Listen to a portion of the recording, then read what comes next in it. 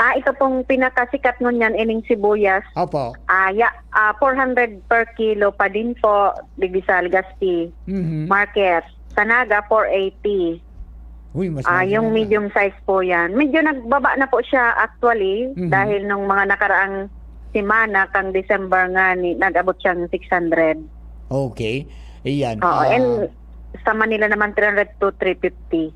Kasi 50% of the in total na imported na sibuyas will go to Luzon.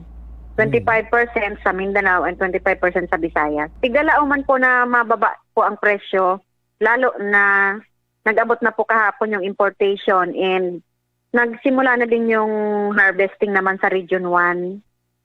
Kaya po nagbaba na yung farm gate price duman sa Region 1 and nakapagdara po nga itong sarutang kadiwa yung agripreneur ng Libmana, nakapagdara digdi sa DA sa Pili kasi nakapag-offer siya ng 170 per kilo. Po, pag-aaralan pa po, may mga ginawa na pong trial ang DA noong 2021.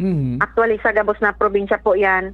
And dahil po siya nag-triumpo permida ang maura na nalapa yung roots. Sa roots baga siya nagpo-form.